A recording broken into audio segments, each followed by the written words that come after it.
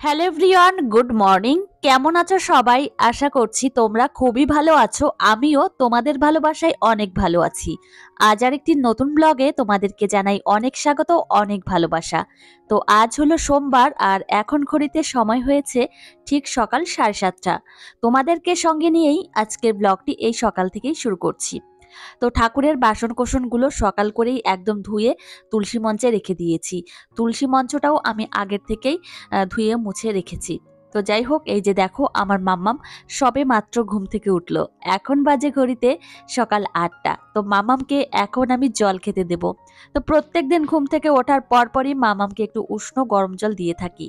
তো এখন যেহেতু শীতকালে তো দিয়েই থাকি, আর সারাটা বছরই মাম্মামকে একটু উষ্ণ কুসুম জল দিয়ে থাকি। এতে ওর কনস্টিপেশনের সমস্যা তো হয়ই না, আর উপরন্তু মামামের পটিটাও বেশ ভালো হয়, মানে পেটটা একদম পরিষ্কার হয়ে যায়। তো যাই হোক, এই যে দেখো তোমাদের সঙ্গে তো কথা বলেই যাচ্ছি, আসল কথায় আসি। মামামের সকালের খাবার কি করছি সেটাই তোমাদেরকে বলবো।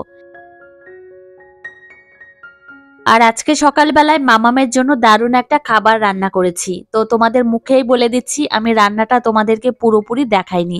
তো এর মধ্যে গাজর দিয়েছি, আর দিয়েছি ওটস, কাউ মিল্ক আর ড্রাই ফ্রুটসের পাউডার।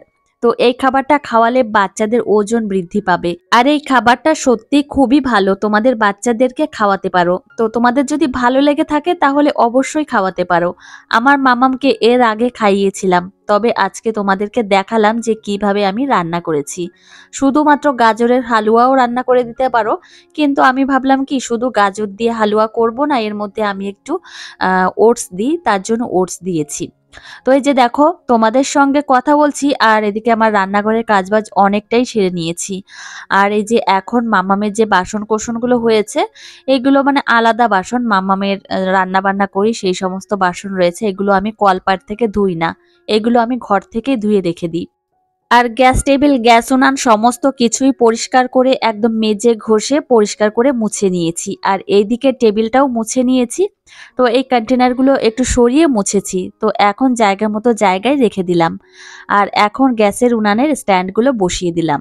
তো মোটামুটি রান্নাঘরের কাজগুলো আমি একদমই কমপ্লিট করে নিয়েছি। আর এখন যাব বাইরে।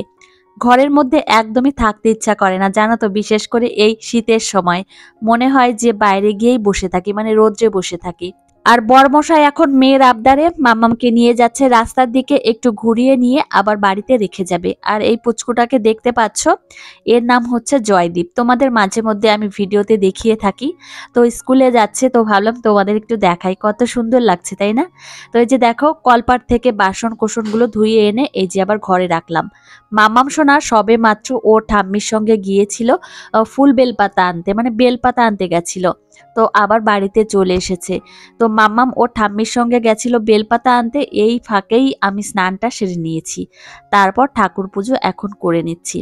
তো আজকে হলো সোমবার, আর সোমবার দিন জানো তো একটু পুজোর তাড়া থাকেই, একটা ঘন্টা এই পুজোর পেছনেই চলে যায়। তো যাই হোক, আমার ভোলানাথকে পুজো দেওয়া হয়ে গেছে, তারপর আসলাম ছাদে। কম্বলগুলো বেশ কয়েকদিন ধরেই গায়ে দিচ্ছি, তো ভাবলাম আজকে একটু রোদ্রে দিই। তো দুটো কম্বলই নিয়ে এসেছি, প্রচন্ড কষ্ট হয়ে গেছে, এই দোতলার ছাদে টেনে নিয়ে এসেছি, বুঝতেই পারছো প্রচন্ড কষ্ট হয়ে গেছে। আর এই যে রোদে মেলে দিয়ে গেলাম। তো তোমাদের দাদাভাই যখন বাড়িতে আসবে তোমাদের দাদাভাইকে বলবো যে কম্বলগুলো নিচে নিয়ে যেতে। আর এই যে দেখো ফুলগুলো, তো এই ছাদের সুন্দরী। তো এই যে মামামের জামা কাপড়গুলো সকালবেলা মেলে দিয়ে গেছিলাম, তো অর্ধেকটা শুকিয়ে গেছে। তো আজ হলো সোমবার, তো ঠাকুর পুজো দেওয়া হয়ে গেছে, আর এখন ছাদে এসেছি দুটো কম্বল নিয়ে। তো মেলেও দিয়েছি। তো এখন একটু বসে রয়েছি, আর বেশ ভালো লাগছে, শীতের সময় তো রোদে বসে থাকতেও বেশ ভালো লাগে। তা তেমনভাবে তাকাতেও পাচ্ছি না, দেখো মানে চোখগুলো ছোট ছোট হয়ে যাচ্ছে। আর এখন আবার নিচেও যাব, মামামকে খাওয়াতে হবে। সকাল থেকে প্রচুর কাজ করেছি, প্রচুর। সোমবার বলে কথা, সোমবার দিন আসলে এমনিতে কাজের চাপ একটু হলেও বেশি থাকে। তো যাই হোক, সংসার মানেই কাজ। মামা তাকাও, কি খাচ্ছ?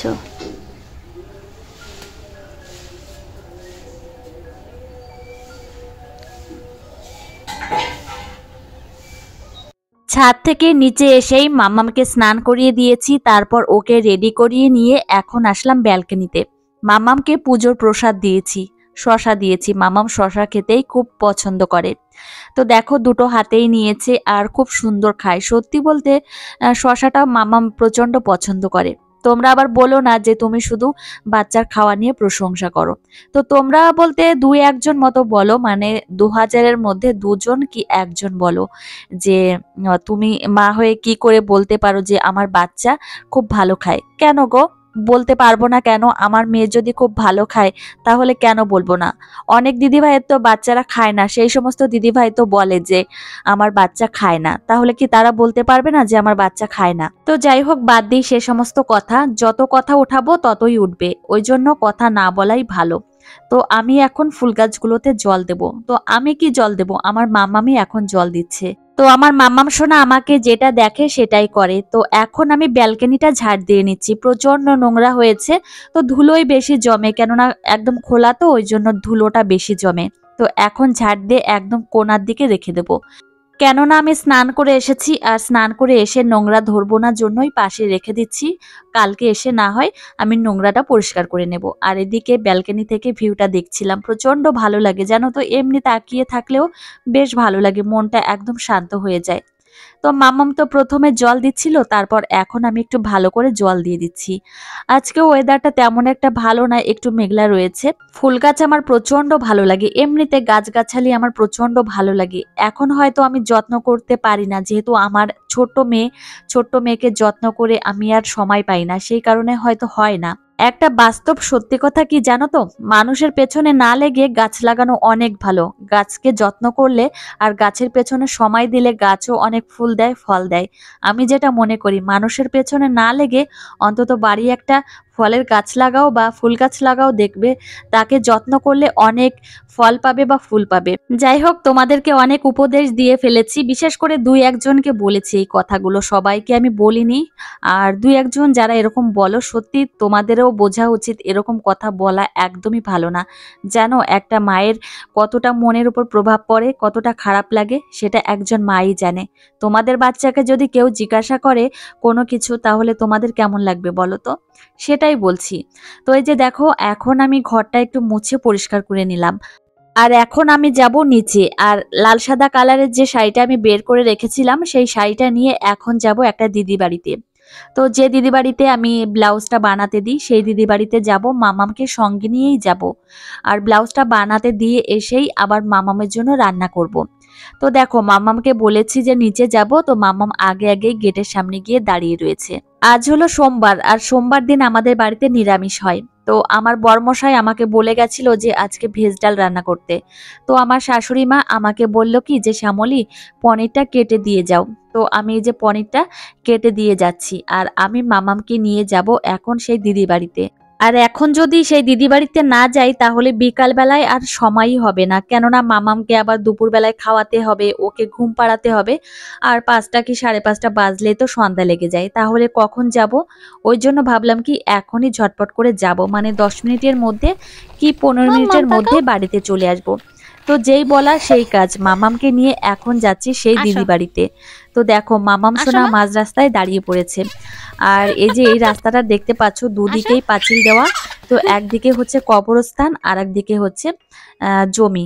তো যাই হোক, এই রাস্তা দিয়ে যেতেও বেশ ভয় লাগে। তো এখন দুপুরবেলার জন্য ভয় লাগছে না, কিন্তু একটু সন্ধ্যা বা বিকাল হলে ভয় লাগে বেশ। তো এই যে দেখো, বাড়িতে আবার চলে এসেছি, ব্লাউজটা বানাতে দিয়েছি। আর দিদিকে বলেছি যে শনিবারের আগে দিতে। তো দেখা যাক কবে দেয়। ব্লাউজটা বানাতে দিয়েই একদম মানে দৌড়াতে দৌড়াতে বাড়িতে এসেছি, কেননা মামামের জন্য রান্না করতে হবে।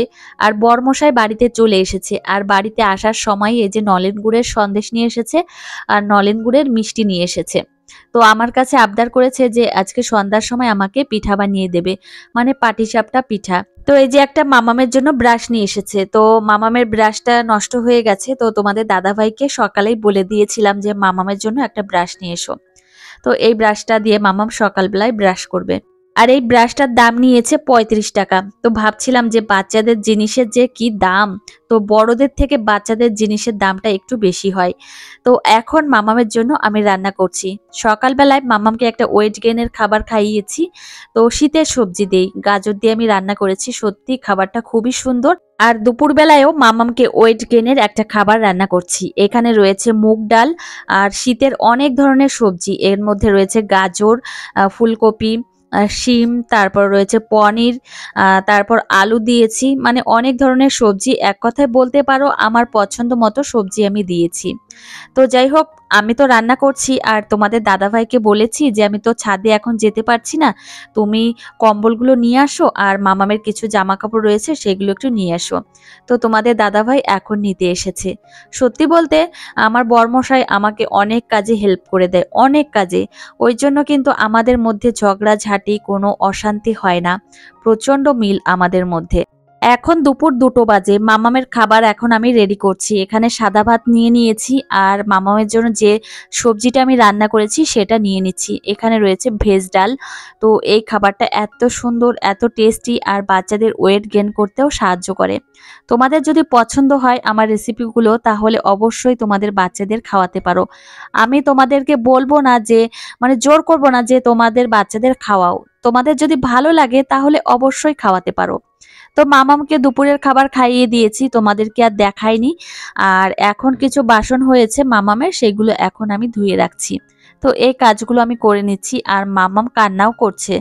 তোমাদের দাদাভাই আমাকে বলছে যে তাড়াতাড়ি হাতের কাজগুলো সেরে আবার এসো, কেননা মামাম কান্না করছে। আর আমি যতক্ষণ না ঘরের মধ্যে যাব মামাম ঘুমোবেই না, মানে একটু ব্রেস্ট ফিডিং করে সেই কারণেই। তো আর তোমাদের দাদাভাই তো মামামকে ঘুম পাড়াতেই পারে না। আমি যতক্ষণ না যাব ও মানে বসেই থাকবে, না হলে শুয়ে থাকবে, তাকিয়ে থাকবে। তো এই যে দেখো কাজগুলো করে নিলাম।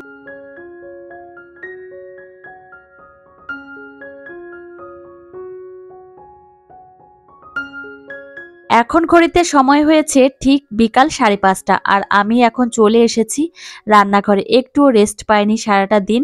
তো ভাবলাম এখন থেকে যদি পিঠাটা না তৈরি করি তাহলে আর সন্ধ্যার সময় হবে না। মামামকে আবার খাওয়াতে হবে, ওকে রেডি করাতে হবে, ওর সঙ্গে একটু সময় কাটাতে হবে। আর এখনই করে নিই কাজগুলো।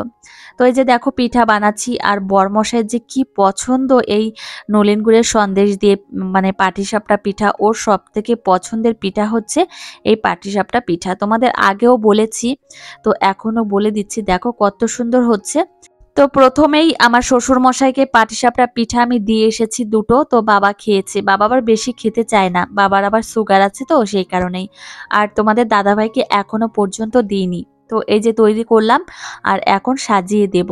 ও তো বেজায় খুশি। আর বরমশাই পাটিসাপটা পিঠা একসঙ্গে 3টে 4টে খেয়ে নেয়। এই যে দেখো 3টে দিচ্ছি, এই 3টেই খাবে। তো এই যে দেখো সাজানো হয়ে গেছে আর এই কাজগুলো করে নিচ্ছি। মামামকে আবার সন্ধ্যার সময় খাওয়াতে হবে। মামামকে সন্ধ্যার সময় ভাবছি কর্নফ্লেক্স আর নলেন গুড়ের সন্দেশ দিয়ে মিশিয়ে একটা খাবার তৈরি করব। তো বরমশাই চলে এসেছে পিঠা খেতে। তো এখন এই যে খাচ্ছে আর আমাকে বলল দারুণ হয়েছে, দারুণ টেস্টি হয়েছে। সত্যি বলতে এই যে দেখো পিঠা বানিয়েছি বা যে কোনো রান্না করি তখন যদি বলে যে ভালো হয়েছে, তাহলে কিন্তু পরবর্তী সময়েও আরো মানে রান্না করতে ইচ্ছা করে বা পিঠা বানাতেও ইচ্ছা করে। তো মামামের জন্য এই যে দেখো কর্নফ্লেক্স আর আমি এর মধ্যে একটু নলেন গুড়ের সন্দেশ দিয়েছি। শীতের একদম বেস্ট খাবার। তো মামাম এই যে কাঁচা ঘুমে উঠে গেছে ঘুম থেকে, ওই জন্য কান্না করছে। মামাম যখন খুব ভালোভাবে ঘুম থেকে ওঠে তাহলে মুখে একদম চওড়া হাসি থাকে। আর যখন মানে কাঁচা ঘুমে উঠে যায় তখন কান্নাকাটি শুরু করে। মানে কান্না থামতেই চায় না, মন মেজাজ একদম ভালো থাকে না। আর এই যে পিঠা বানানো হয়ে গেছে আর মামামের খাবারটাও এখন খাইয়ে দেব। প্রচন্ড টেনশন থাকে জানো তো, মামামকে টাইম টু টাইম খাওয়ানো, ওকে যত্ন করা, প্রচন্ড টেনশনে থাকি। তো এই যে দেখো কর্নফ্লেক্সটাও ভালোভাবে নরম হয়ে গেছে আর এর মধ্যে কাউ মিল্ক অ্যাড করে মামামকে খাইয়ে দেব। তো এই যে দেখো আমার মামাম সোনা এখন খাচ্ছে। আর চলো আজকের ব্লগটিও এখানে শেষ করছি বন্ধুরা। তোমাদের কেমন লেগেছে অবশ্যই জানিও। ভালো লাগলে একটা লাইক কমেন্ট করতে ভুলো না। আর তোমাদের সঙ্গে দেখা হবে পরের একটা মিষ্টি ব্লগে। ততক্ষণে তোমরা সুস্থ থেকো, সাবধানে থেকো এবং নিজেদের খেয়াল রেখো সবসময়।